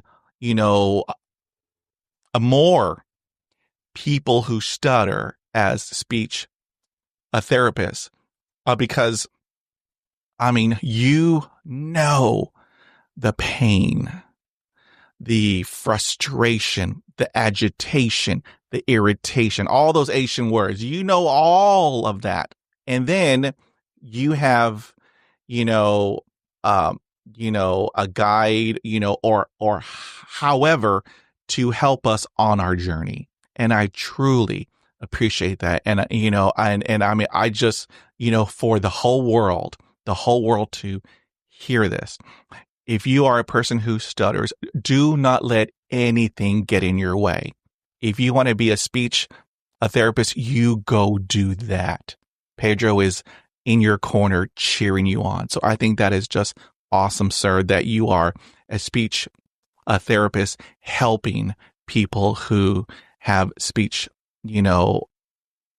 difficulties. And so, sir, I applaud you 100%. Well, thank you, Pedro. That's super kind of you. And it's always nice to hear things like that. And yeah, I knew that this was going to be what I ended up working in, what field I was going to end up working in from, even when I was exploring and trying other things. I just knew that this was what I wanted to do. So I love it. But I do agree with you that,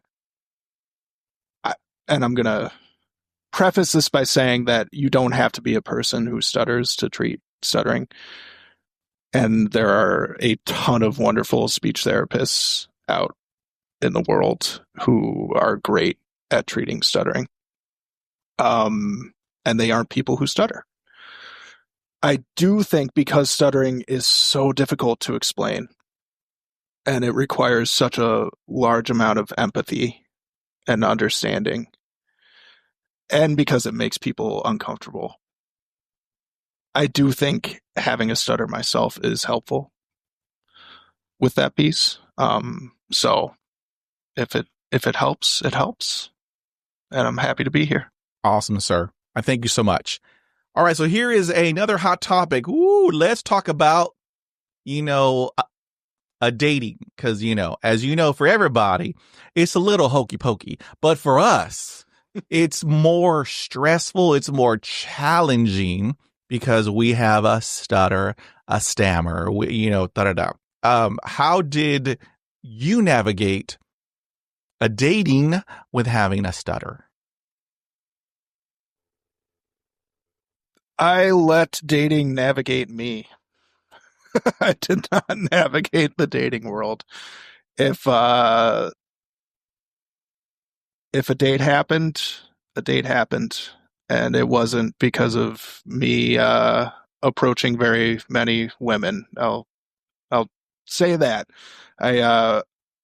My stuttering transferred over to approaching women in situations just like in a tough way. Like I was just living in fear that I would stutter on my name, that I would stutter, that I would say the wrong thing and then stutter about it, any hypothetical you could think of how it could go wrong would be inside my head. So I struggled with that for a long time.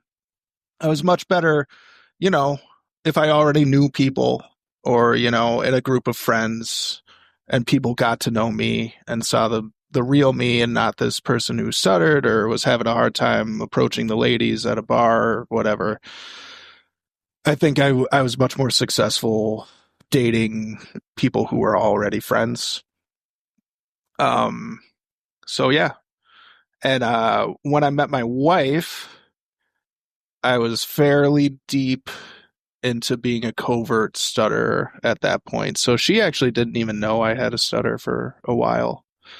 And she still kind of doesn't quite believe it. But no, she's well aware of my stuttering and what that means, and she's unbelievably supportive of it and supportive of me going on this podcast when I was like, oh, I'm not worthy. Like she's very encouraging and but at the same time I've had to educate her a little bit, what stuttering is, what stuttering means, how it affects me, even when it doesn't seem like it's affecting me is the big one, right?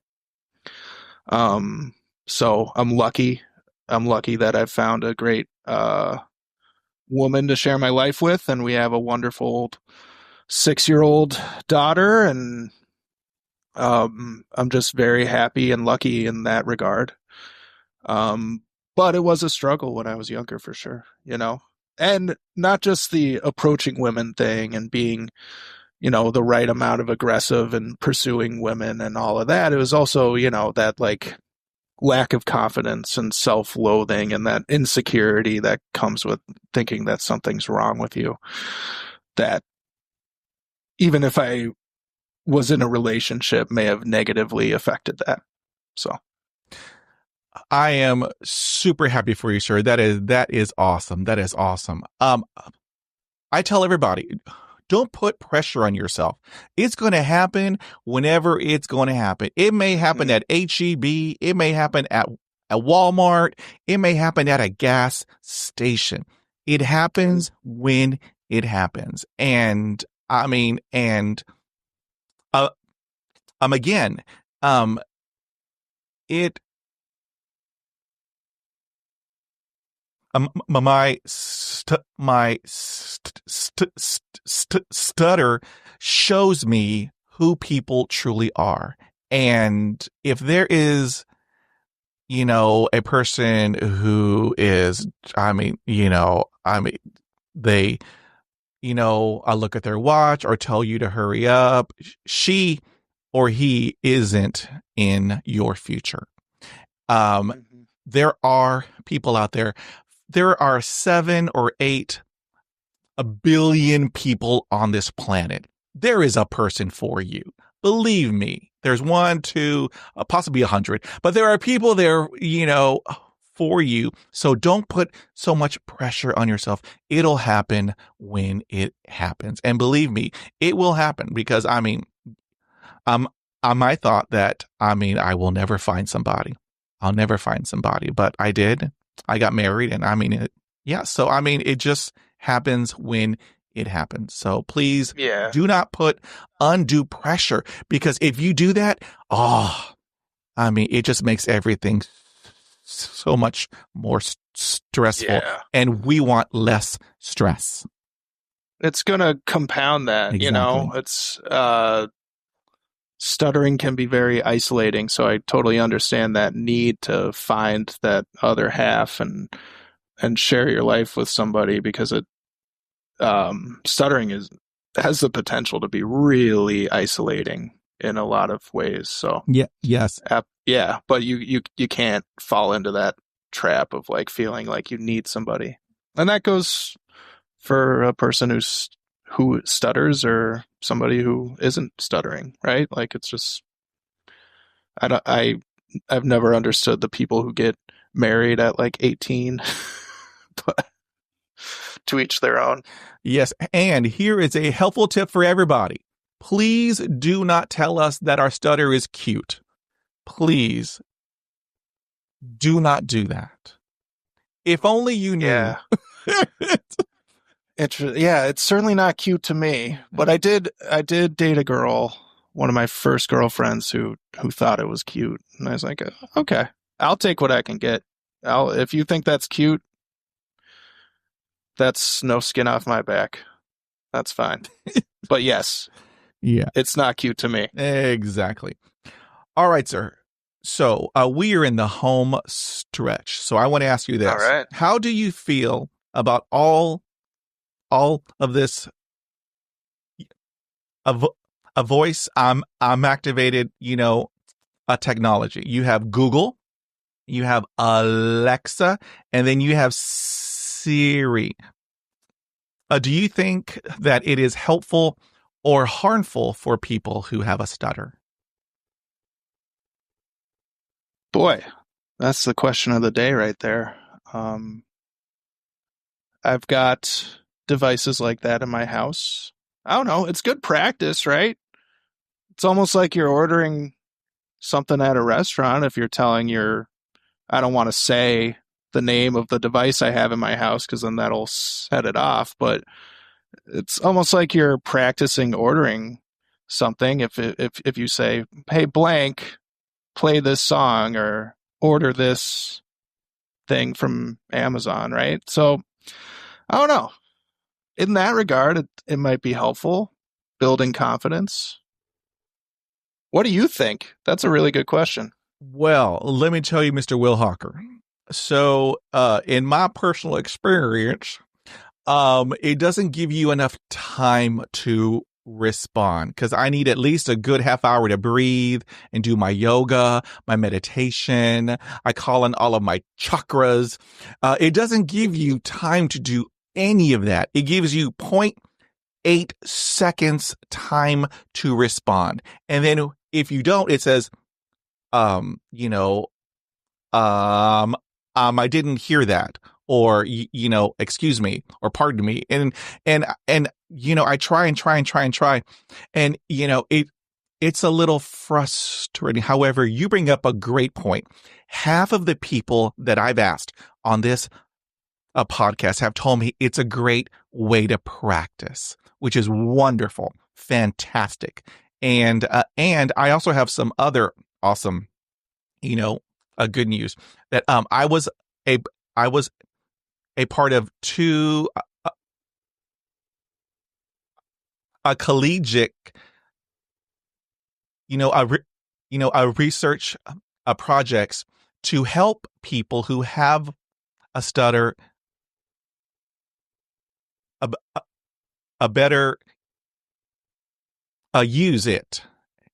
Oh, interesting. And that is just truly awesome. And so it is heading around the corner because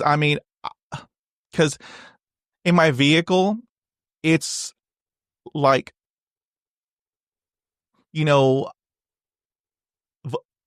a voice activated everything, but it don't give you time. And so I just push a button and start. And I turn on the radio. I do everything because I just have a hard time with it because I need the time, and it don't give you time because it's like bam, bam, bam, bam. I hadn't actually thought about that. That's a really good point, and I guess I only ever really use it to play music. I'm like, play this song. But yeah, for anything else, I could see needing more time. I do wonder if that's a setting. I wonder if there's like a setting you could change, but that's neither here nor there. Oh, we should probably lobby for more time. Oh, I have emailed them. That's I have awesome. emailed them that we need a resolution for people who have a stutter. Because it's a little frustrating. It's a little frustrating. Yeah. Because I push all the buttons. Yeah, nothing. Yeah, just you don't have access to the same revolutionary technology that other people do. Exactly. I guess I hadn't thought of that. Wow. Okay. Okay, so here is another deep question. I ask everybody on my podcast. All of the answers are split right down the middle. I respect everyone's answers. Here's the question. Do you think it's okay to stutter, or is it important to keep chasing the fluency gods? Oh, I think you know my answer to this, Pedro. It's very, very much okay to stutter. It's more than okay to stutter. And there are a lot of traps, as I've mentioned, there's a lot of traps and pitfalls you can fall into when you chase that elusive cure. At the same time, if that's what you want to do, and if that's your MO, do it and do it well. And I'm not going to tell you not to do that, but understand that in a lot of cases, fluency can come from that acceptance. You can be more fluent after you come to peace with stuttering. So bear that in mind. So it is okay to stutter 100%. Awesome, sir. Now, I knew the answer, but I still have to ask it. Still got to ask it. Sure. All right. So, here's a good one. What has your stutter taught you? Hold on. I'll give you time. God. Oh, no. What has my stutter taught me? I'm going to have to take a second here. I think stuttering has taught me empathy. I imagine that's a lot of people's answer. It's made me a more empathetic person. I've been able to put myself in other people's shoes a little bit easier, to the point where I kind of like maybe too much. And that's not me bragging. It's like I don't look at after myself as much as I should. I look out for other people and how they might feel if I say this thing, blah blah blah. So there's good and bad with that. But yeah, I think it's made me more in tune with other people in a way that I probably wouldn't have been if I didn't stutter. Awesome, sir. I thank you very much. Yeah, I am 100% behind you. It has taught me empathy. It has taught me courage. It has taught me resiliency, because we get knocked down, but we get back up. We get back up because we're #awesome. All right. So here is a question that if you have some tissue, it might be a good idea to have some tissue. So I'm just going to hang some here on my eyeglasses because I will need some for this question. Awesome. Okay. Here we go. What advice would you give to your younger self? How young are we talking here? Let's say 5, 6, 7, 8. Oh, okay. So going way back. Way all right. back. Yes, sir.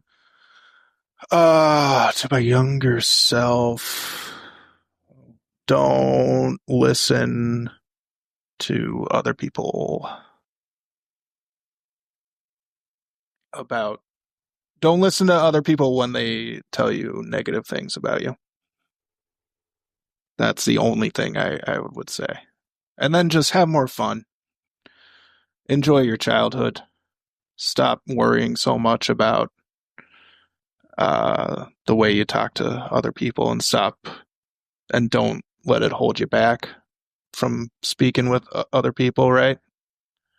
But yeah, don't listen to the negativity, because that's not going to get you anywhere. Ooh, Mr. Will Hocker, that took me back.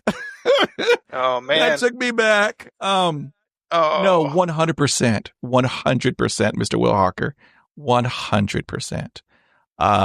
I'd like to add just one more thing. Do not compare yourself to others,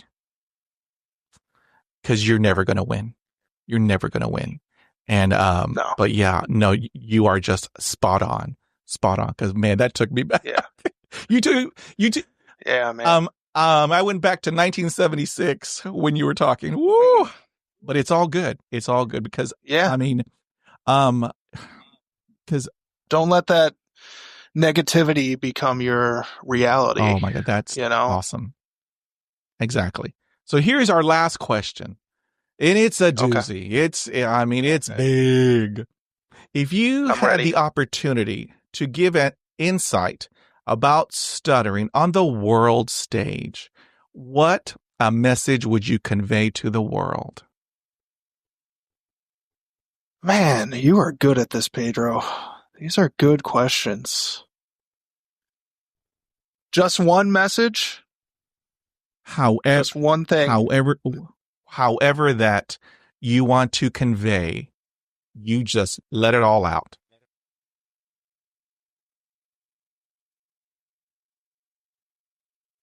Give people who stutter credit. Give us just built-in credit, acknowledgement and credit. I'm not even asking for empathy. That's a big ask, but just credit and understanding and acknowledgement that we are dealing with this thing no matter how it's manifesting itself. Whether you're like me and I'm doing everything in my power to hide the fact that I stutter, or you're somebody who stutters more outwardly, it's a cross we have to bear, and give us credit for that. Ooh, all right, sir. I thank you for that. And we have been talking for over 2 hours, but I got to be honest with you. I mean, I don't even see the time. I have been having the best conversation, and I don't know if you had noticed, but every time you have spoken. You have such great insight and dropping what I called a golden nuggets. And so I mean, I wrote them down because I mean, this is what this is all about. I mean, I'm super flattered. Thank you. I mean, yeah. I mean, that was like the quickest 2 hours of my life. I didn't realize that we have been speaking for over 2 hours either. So that's pretty remarkable. So thank you so much. I mean, it has been a huge honor, sir, a huge honor. And so, okay. So here is the cool part. So, my podcast is in 141 countries on 6 continents. I am truly blessed to have a platform all over the world. So if any of my amazing listeners, if they want to reach out to you and I mean, to, just say howdy, hello, or to just ask a question, what would be the best way to have that handled? Well, I'm a little lacking in the social media links department. I'm not a huge social media guy. But you are more than welcome to email me. Haws.hocker@gmail.com. That's HAWS.HOCKER@gmail.com. And you can reach out to me with any question. I love meeting and speaking with other people who stutter. So and I'm an open book when it comes to stuttering, completely open. I'll talk about any aspect of it. So if anybody wants to reach out, you're more than welcome to. How awesome, sir. I thank you for that. And then, and then I'm always, later, down the road, I would love to, do this again, because I have like 100 other questions. I'm very type A, but I picked, the ones for us. But down the road, I mean, I would be honored to do this again because it has truly been an awesome conversation. Well, awesome, Pedro. That means a lot to me. I would be more than happy to be on this podcast again. So you just let me know. This was an awesome experience for me. So thank you. Thank you, sir. And then also, I want to wish you a happy birthday. I know you had, told me that off of the air. However, I always want to wish everyone, I want to wish you a very happy birthday. And thank you for spending a 2-hour block of your birthday here on my podcast. I truly, truly appreciate it, sir. Well, Pedro, thanks for being a part of it and facilitating it. As I told you, this is my little birthday to myself, is giving myself a voice and stepping outside my comfort zone. So that's my 38th birthday present, is doing that. So thank you for being a part of it and helping create that with me. How cool. Thank you, sir. And then also, for the record, I will have this on YouTube. I want to tell everybody he looks 29. He's not 38. He looks 29. Yeah, how dare you, sir? Oh, man. I object. I object. All right. Well, I hope you have an awesome day. Take care. Be well. And as always, stay safe. Thanks, Pedro. You too. Thank you, sir. If you like this podcast, head on over to Apple Podcasts. Subscribe, rate, and review. Thank you for listening, and we will talk again.